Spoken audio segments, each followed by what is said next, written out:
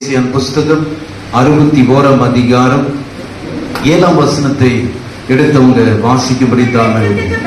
உங்களுடைய வெட்கத்திற்கு பதிலாக இரட்டத்தனையாய் பலன் தரும் லட்சிக்கு பதிலாக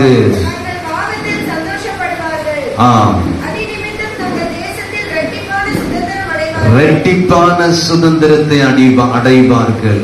இன்றைக்கு என்னுடைய செய்தியின் தலைப்பு இரட்டத்தனையான ஆசீர்வாதம். ஹல்லேலூயா. ரெண்டத்துல ஆசீர்வாதம். அநேகர் வேதாகமத்தில் இரட்டத்தனையான ஆசீர்வாதத்தை பெற்றுக்கொண்டார்கள்.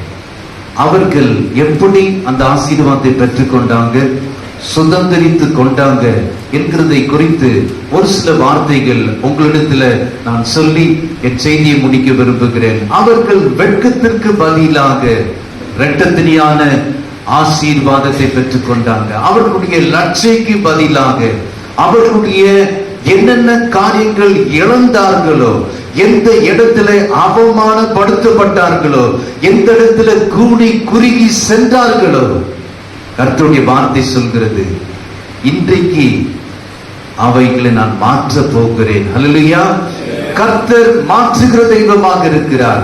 சூழ்நிலைகள் யாவற்றையும் மாற்றுகிறார். இதே வசனம் சகரியா புஸ்தகம் 9 அதிகாரம் 12 வசனத்தை விட நாம் வாசிப்போம் என்றால்,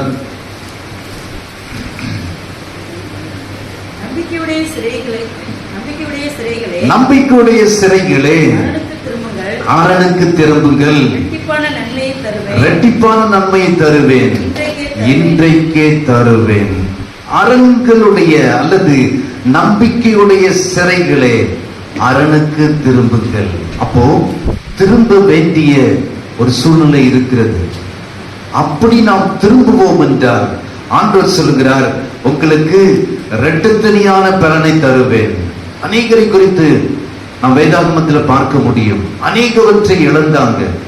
ஒரு எக்ஸாம்பிள் சொல்ல முடியுமா? யோபு. கரெக்ட். யோபு இழந்தார், எல்லாவற்றையும் இழந்தார், அநேகவற்றையும், தனக்கு இருந்த ஆரோக்கியத்தையும் இழந்தார். வார்த்தை சொல்லப்படுகிறது, அவன் இழந்ததை ஆண்டவர் அவனுக்கு இரட்டத்தனையாய் திருப்பி கொடுத்தார். ஹல்லேலூயா. யோபின் புஸ்தகம் 42 அதிகாரம் 10 வசனத்தில் வாசிக்கிறோம், வேண்டுதல் செய்த போது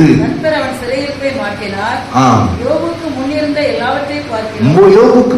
எல்லாவற்றையும் பார்க்கிலும் இரட்டத்தனையாய் கர்த்தர் அவனுக்கு தந்தார்.